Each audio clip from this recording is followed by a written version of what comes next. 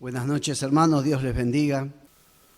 Empezaba mi mensaje diciendo que si bien hoy por hoy la palabra desgracia tiene un uso popular para referirse a una situación muy difícil, muy triste, muy penosa, en realidad la palabra desgracia técnicamente significa quizás otra cosa.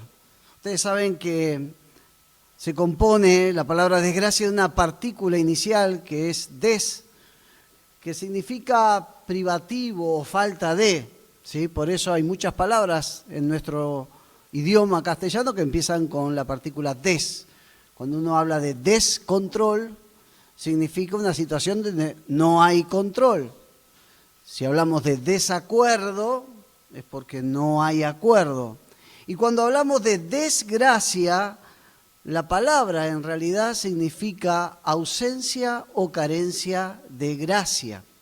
Y cuando pensamos en la vida de los hijos de Dios y en el tema de la gracia de Dios presente en nuestras vidas, con tristeza debemos reconocer que podemos llegar a vivir gran parte de nuestras vidas con cierto nivel de desgracia o falta de gracia.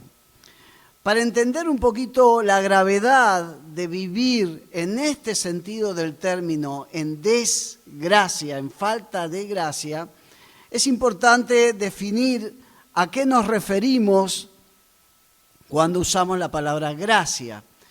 Y la definición quizá que ustedes más conocen es aquella que dice que gracia es la actitud de Dios hacia el ser humano, ¿de qué? De inmerecidos amor y perdón. Cuando Dios extiende gracia hacia nuestras vidas, está teniendo frente a nosotros una actitud de amor y bondad que no nos estamos mereciendo ninguno de nosotros.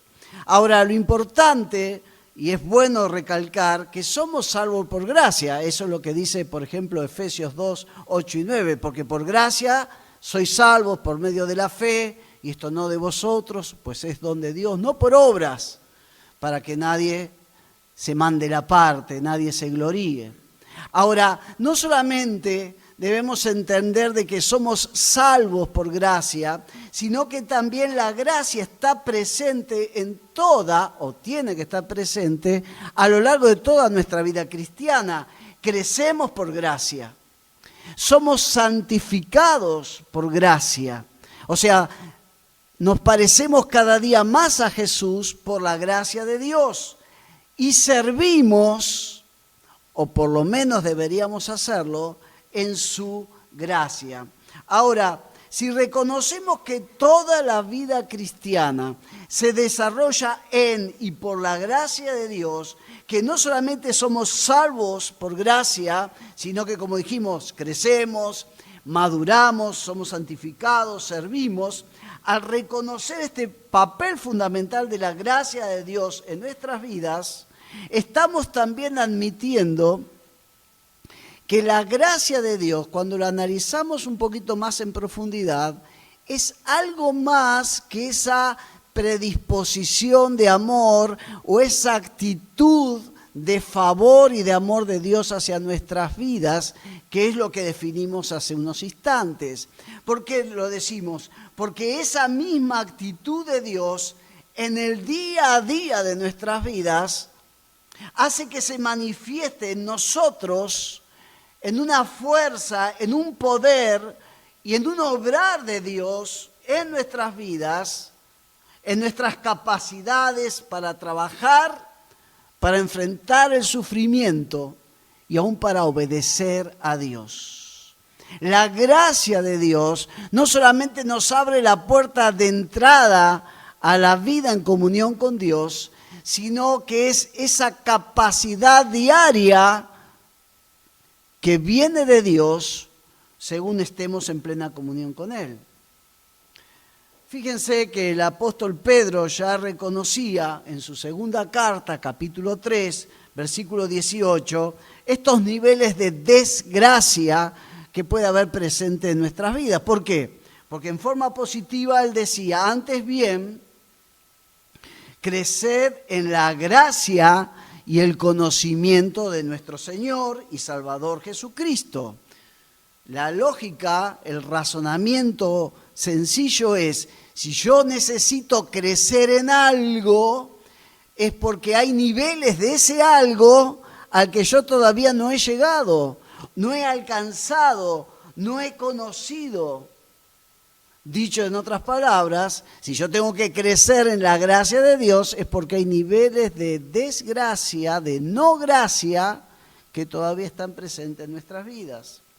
Lamentablemente es muy alto el porcentaje de hijos de Dios, de personas que han pasado de muerte a vida eterna porque entregaron su vida a Cristo por medio de la fe, pero que creen que solamente esa gracia que los salvó es para ese momento inicial de salvación. Y entienden que quizás el resto de la vida cristiana, como diría alguien, es cuestión de arremangarse, poner el mayor de los esfuerzos, la más férrea de las voluntades para tratar de agradar a Dios. Y no es así la cosa. La gracia que nos abrió la puerta de entrada a la vida eterna con Dios, nos quiere acompañar en el día a día para capacitarnos en nuestra vida como hijos de Dios. El apóstol Pablo lo decía con mucha dureza, esta realidad de desgracia, escribiendo a los hermanos de Galacia, dice Gálatas 3:3, ¿será posible que sean tan tontos? Después de haber comenzado su nueva vida en el Espíritu, ¿por qué ahora tratan de ser perfectos mediante sus propios esfuerzos? Fueron salvos por gracia, pero ahora tratan de agradar a Dios en sus fuerzas. Eso es necio, dice Pablo. Parte de esta situación personal de desgracia, hace ya un par de años, cuando hablamos el primero de estos dos mensajes, yo les decía que se debe a que manejamos o hemos recibido ideas equivocadas de lo que es la gracia de Dios. Hay personas que, esto me pasa mucho a mí como pastor, ¿no? Dicen, no, yo no creo, supónganse, en el diezmo, porque estamos bajo la gracia. Bien, yo pagaría para saber si los que dicen que dan a Dios bajo la gracia, dan como dice Pablo que hay que dar bajo la gracia, que es mucho más que el diezmo. O la gracia es la licencia para dar un poquito menos. Esas son ideas equivocadas de la gracia de Dios. La gracia como para rendir a Dios y lo que puedo. Total, estamos bajo la gracia. Que no me pida mucho, porque doy lo que puedo. Total, la gracia cubre. Eso mismo hacía la gente de la época del profeta Malaquías y le traía a Dios cualquier tipo de animal, menos los animales que Dios quería que le ofrezcan en sacrificio. Entonces la gracia no avala la mediocridad de nuestro servicio a Dios, nuestra falta de entrega. Eso no es la gracia bíblica. La gracia bíblica es el poder de Dios que nos va a llevar a hacer, a dar mucho más de lo que podríamos hacer o dar en nuestras propias fuerzas. Ahora, hay otras razones por las cuales también estamos viviendo en ciertos niveles de falta de gracia o desgracia. Y yo creo que una manera de las tres que quiero compartir brevemente en esta noche de cómo salir de la desgracia es, en primer lugar, comprendiendo que hay una relación íntima entre la gracia y la gloria de Dios. Repito, debemos entender, irnos esta noche con una idea clara de que hay una relación íntima entre la gracia y la gloria de Dios. ¿A qué nos referimos cuando hablamos de la gloria de Dios? Salmo 19:1 dice, los cielos, ¿qué hacen? Proclaman la gloria de Dios, el firmamento revela la obra de sus manos. Isaías, ¿se acuerdan la visión en el año en que murió el rey Usías? ¿Qué dice? Vi al Señor sentado en un trono muy alto, el borde de su manto llenaba el templo, y dice Isaías 6:2 que estos serafines, seres como de fuego, estaban por encima de él y se decían el uno al otro: Santo, santo, santo es el Señor, todopoderoso, toda la tierra está llena de su gloria. Y Romanos 1:20, el apóstol Pablo dice que lo invisible de Dios, su eterno poder y su naturaleza divina, que podríamos englobarlo todo y decir, bueno, eso es la gloria de Dios, se hacen claramente visibles desde la creación del mundo y pueden comprenderse por medio de las cosas hechas. Entonces, hermanos, cuando hablamos de la gloria de Dios, nos estamos refiriendo a la suma de todas las cualidades que constituyen el ser y la naturaleza perfecta y grandiosa de Dios. Y no solamente es la suma total de la grandeza y del poder de nuestro Dios, sino que es también su expresión visible, su revelación, su manifestación a los hombres. La gloria de Dios es Dios en toda su dimensión y poder, dándose a conocer a los hombres. ¿Por qué enfatizo esto? Porque ¿cuál es esta relación entre la gloria y la gracia de Dios? La Biblia lo dice de distintas maneras, pero una de las formas más sencillas es en Juan 1:14, que dice y reconoce el apóstol Juan, refiriéndose a Jesús: y el Verbo se hizo carne y habitó entre nosotros, acampó, decía Juan, en medio nuestro. Y vimos, ¿qué cosa? Vimos su gloria. Contemplamos en él la gloria de Dios. ¿Y cómo era esta gloria, Juan? Gloria como del unigénito del Padre. Estaba lleno de gracia y de verdad. O sea que la gran verdad de todo el Nuevo Testamento es que la gloria de Dios se manifestó en su forma suprema y más potente en Jesús. Y esa manifestación suprema de la gloria de Dios en Jesús se dio en su gracia. Lo voy a decir en forma de trabalenguas, pero espero que no ser confuso. Si Jesús fue la manifestación mayor de la gloria de Dios, si Jesús fue la manifestación más potente y clara de la gloria de Dios, y esa manifestación se caracterizó por su gracia, podemos entender que la gracia de Dios fue la manifestación mayor de la gloria de Dios, la gracia de Cristo, y la cruz de Cristo fue la manifestación mayor de esa gracia. La gloria de Dios se manifestó en la gracia de Jesucristo y esa gracia alcanzó su punto más álgido en la cruz de Cristo. Hermanos, por eso entendemos los cristianos que la cruz de Jesús no fue un plan B de parte de nuestro Dios. No es que la buena naturaleza que él había creado se le echó a perder y entonces había que pensar en cómo corregimos y solucionamos esto que el hombre nos haya dado la espalda. No, la Biblia no nos dice eso. La Biblia es clara en mostrarnos que la cruz fue diseño de Dios desde antes de la creación de este mundo. Fíjense lo que dice 1 Pedro 1, 19 y 20. Sino con la sangre preciosa de Cristo, sin mancha y sin contaminación, como la de un cordero. Y escuchen, que ya había sido destinado desde antes de que Dios creara el mundo. La cruz no fue el plan B. Dios entendía que su mayor gloria iba a impactar nuestra tierra a través de la gracia, y esa gracia se iba a manifestar plenamente en esa cruz. Sin duda que cuando Jesús le dice al Padre ahí en Juan 17:1, glorifica a tu Hijo para que también el Hijo te glorifique a ti, lo que Jesús le está diciendo en otras palabras al Padre es: concédeme que por medio de mi muerte, resurrección, ascensión y coronación, yo pueda ser glorificado y tú puedas ser glorificado en mí.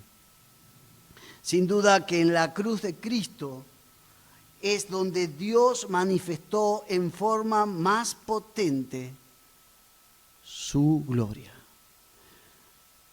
Pero en segundo lugar, no solamente debemos tener en claro que si queremos manifestar la gloria de Dios, lo debemos hacer a través de su gracia, sino que si nos quedó alguna duda al respecto, en segundo lugar, para crecer en la gracia de Dios, debemos entender de que somos llamados tanto a disfrutar de la gracia de Dios como a ministrar la gracia de Dios. En la relación de Dios con su pueblo existe un patrón u orden espiritual que nunca se ha alterado a lo largo de todo el testimonio bíblico. Y ese patrón ustedes lo encuentran, entre otros pasajes, declarado en Lucas 12:48, que dice: alguien a quien se le ha dado mucho, mucho se le pedirá a cambio. Y a alguien a quien se le ha confiado mucho, aún más se les va a exigir. Hermanos, estamos llamados a disfrutar la gracia de Dios de día en día a lo largo de toda nuestra vida. Pero Dios nos pide ministrar esa gracia de Dios a otros. Tomando lo anterior, ¿vos querés manifestar gloria de Dios en tu vida? Manifestar gracia de Dios en tu vida. 1 Corintios 15:10, 2 Corintios 6:1, Pablo dice lo siguiente, 1 Corintios 15:10, pero por la gracia de Dios soy lo que soy, y su gracia no ha sido en vano para conmigo, antes he trabajado más que todos ellos, pero luego aclara, aunque no yo, sino la gracia de Dios que está conmigo. Y en 2 Corintios 6:1, en relación con esto, él exhorta: así pues nosotros, como colaboradores suyos, os exhortamos también que no reciban en vano la gracia de Dios. Recibir en vano la gracia de Dios es no entender ese plan de Dios de manifestarnos gracia para luego reflejar gracia a los que están cerca nuestro. Dice 1 Pedro 4:10, ponga cada uno al servicio de los demás el don que haya recibido y sea un buen administrador de la gracia de Dios en sus diferentes manifestaciones. Dios nos permite disfrutar de la gracia de Dios y gloria a Dios por ello, pero nos va a pedir cuentas de ministrar también esa gracia en nuestra vida cotidiana. Hoy por la mañana les compartía a los hermanos, ustedes saben que aparte de pastor soy profesor de historia, y soy profesor de historia en un colegio bastante especial, ¿no? Un colegio que está a una cuadra de una villa, de las villas más grandes que tiene Cava. Y obviamente los chicos son todos chicos de ese lugar. Y estaba dando clase el año pasado y en medio de la clase pido algo y salta uno y me contesta, pero de una forma inimaginable. O sea, hasta ese momento para mí era inimaginable que un alumno me diga eso. Y le digo: fulanito, ¿vos entendiste lo que me dijiste? Sí, porque y siguió. Bueno, tráeme el cuaderno. Tráeme el cuaderno de comunicaciones. Me trae el cuaderno de comunicaciones. El plan era, bueno, notita a los padres. Si el plan del cuaderno no funciona, acta. Después de varias actas, consejo de convivencia, su ruta y a buscarse otro colegio. Ese es el caminito que se sigue en la indisciplina. Me traen el cuaderno, y cuando veo el cuaderno veo que ese mismo día le habían metido dos llamados de atención antes que la que le iba a meter yo. Entonces dije, bueno, fulanito, vení, vamos a charlar un cachito afuera. Dejé el aula, me fui afuera y digo, ¿qué te está pasando? Le digo, esta sería la tercera nota que tenés en un mismo día. ¿Vos querés que te echen del colegio? No, lo que pasa es que papá, no sé qué razón me dio. Bueno, mira, es la última vez que a mí me hablas de esa manera y yo no te pongo esta nota. Y no te la pongo para no hundirte más. Pero queda en claro, ¿no? Sí, sí. Entramos al aula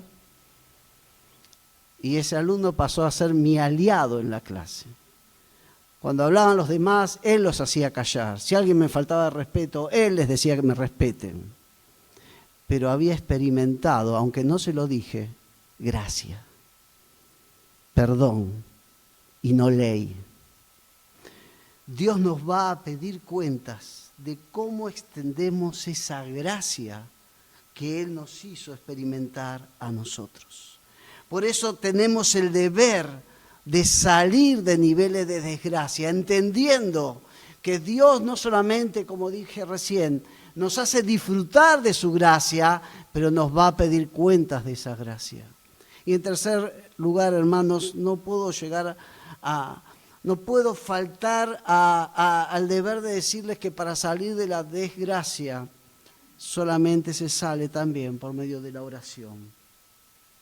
En 2 Corintios 12, el apóstol Pablo abre su corazón a los hermanos de Corinto para contarles un problema personal que él tenía y que a ciencia cierta, más allá de que distintos comentaristas hablan de un problema en su vista, hablan de un problema en su manera de hablar, teorías hay un montón, certeza no hay ninguna de cuál era el aguijón en la carne que tenía Pablo. Entonces yo no les voy a dar mi postura porque no viene al caso. Lo cierto es el proceso de oración de Pablo frente a ese aguijón. Dice los versículos 7 al 9 de 2 Corintios 12, para evitar que me volviera presumido por estas sublimes revelaciones, porque Pablo venía contándole que había llegado hasta el tercer cielo, si en el cuerpo no sabía, si fuera el cuerpo no sabía, pero revelaciones que ningún otro humano había tenido. Pero luego dice, pero para que no me agrande con esas revelaciones, para que no presuma, Dios permitió un aguijón, una espina, dice esta versión, me fue clavada en el cuerpo, un mensajero de Satanás para que me atormentara. 3 veces le rogué al Señor que me lo quitara, pero Él me dijo, te basta con mi gracia, pues mi poder se perfecciona en la debilidad. Por tanto, gustosamente haré más bien alarde de mis debilidades para que permanezca sobre mí el poder de Cristo. Analizando un poquito la experiencia de Pablo, a mí me cuesta creer que las 3 veces que le pidió a Jesús que le quitara ese aguijón se hayan dado una tras de otra así en forma sucesiva en un mismo momento. Yo creo que esto responde, y es mi interpretación, a un tiempo y un proceso como nos pasa a nosotros de oración cuando durante mucho tiempo le pedimos a Dios por algo, hasta que sentimos de Dios una respuesta o la experimentamos de alguna manera. Ahora, este proceso de oración culminó con una respuesta muy particular. No le dijo ni que sí, ni le dijo que no. Le dijo, te basta mi gracia. En nuestros discipulados, cuando tratamos de enseñarle a los hermanos acerca de la oración, les decimos que Dios contesta de 3 maneras, ¿no? Eso indica el manual. Hay que enseñar que Dios contesta sí, no y esperar. Y no está mal esa idea. Lo que sí, quizás, cuando a nosotros el Señor nos contesta que no, pareciera que más que 3 maneras hay solamente 2, sí o seguir participando. Pareciera que Dios nos contesta cuando no nos contesta nada. Pero quizá debemos pedir disculpas a muchos por una enseñanza incompleta, superficial y quizás algo simplista acerca de la oración. ¿Por qué? Porque yo creo que Dios puede contestar sí o puede contestar no, o puede contestar a un no que se espera. Ahora, y lo que compruebo en este pasaje del apóstol Pablo, es que cuando él nos conteste o no, o aún no, también va a ser acompañado eso de una obra en nuestro ser interior que va a responder a esto: bástate mi gracia. Con mi gracia podrás estar satisfecho. Porque será solo por su gracia que vamos a aceptar su no o su aún no resignadamente, como diciendo, mirá qué buen cristiano que soy, me contestó que no, pero yo estoy contento, pero interiormente no estamos tan así, sino que vamos a aceptar con gozo ese no, porque Dios en algún momento nos va a explicar o mostrar o revelar por qué ese no. Porque ¿qué dice Pablo? Versículo 10 de este mismo capítulo 12 de Corintios. Y me alegro, dice, también en mis debilidades, los insultos, las necesidades, las persecuciones y las dificultades, obviamente, que sufro por Cristo. Pero escuchen bien la parte final de este versículo y no lo interpreten mal a Pablo. Porque cuanto más débil me siento, es cuando más fuerte soy. No está diciendo la contradicción que cuanto más débil me siento, más fuerte me siento, porque sería alguien que se contradice. Él dice: cuanto más débil me siento, sea por una enfermedad, sea por un dolor, sea por una injusticia, sea porque nos faltaron el respeto, vaya a saber qué nos produjo esa debilidad y por qué estamos débiles, solo el Señor lo sabe.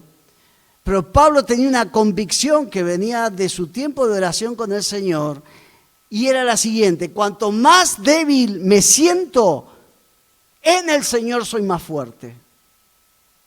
Porque no es una cuestión de cómo me siento, porque me siento débil, pero en mi fe sé que cuanto más débil estoy más en óptimas condiciones para que el poder de Dios repose en mi vida. Porque su gracia es suficiente. Porque ahí entra en acción su gracia.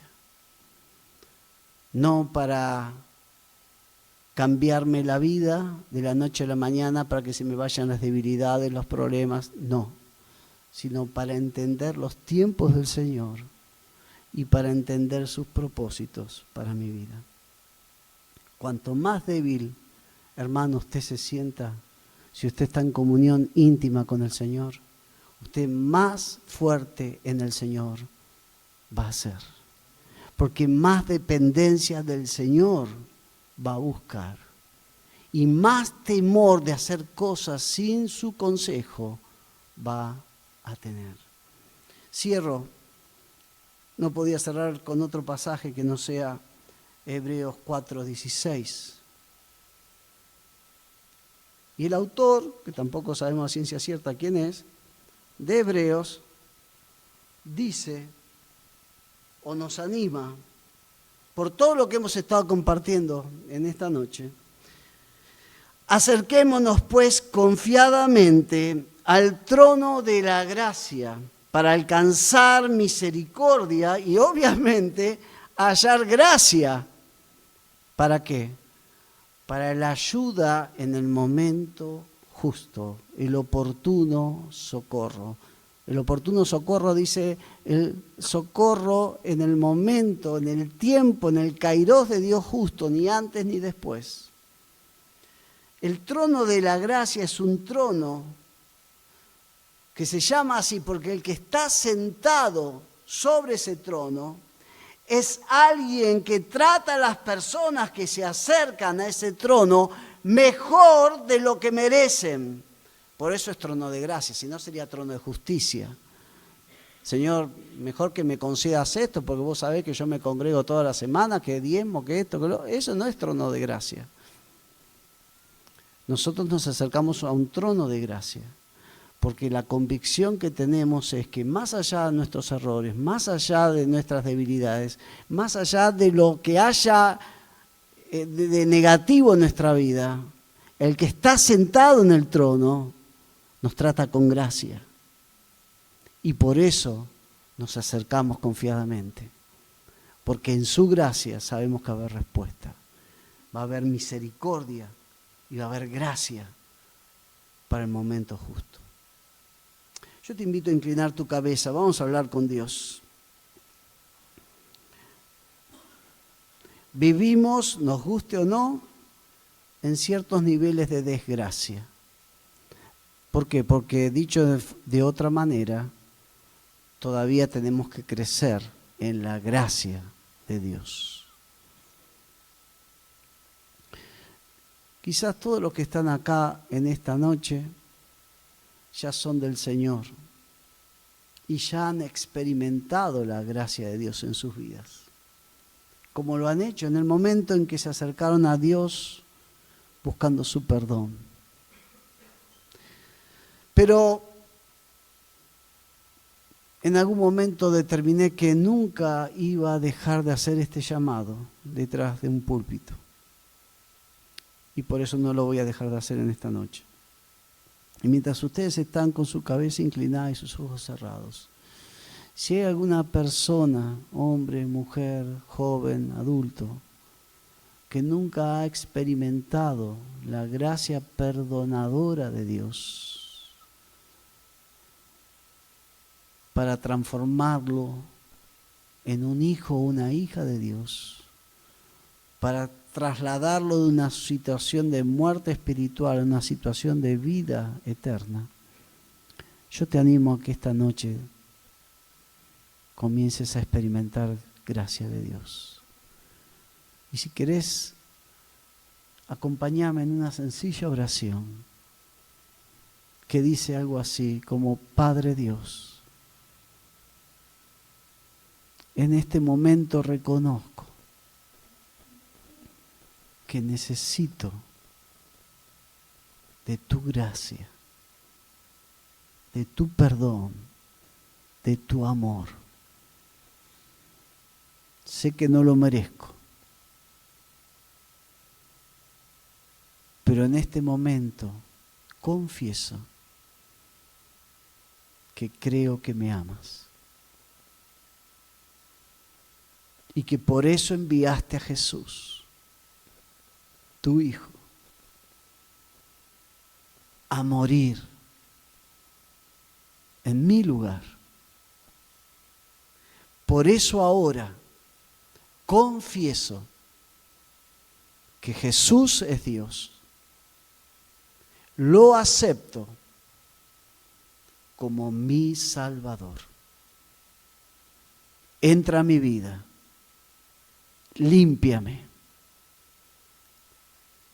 Quiero experimentar tu perdón.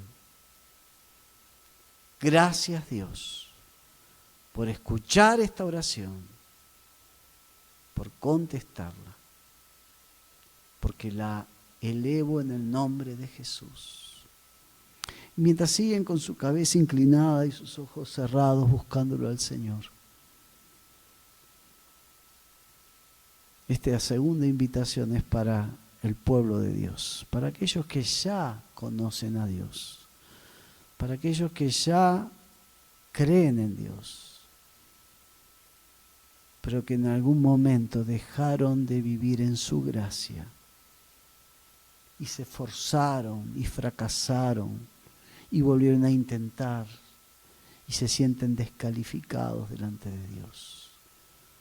Yo te animo que ahí donde vos estás sentado, sentada, te acerques al trono de la gracia y le digas: Señor, necesito tu ayuda.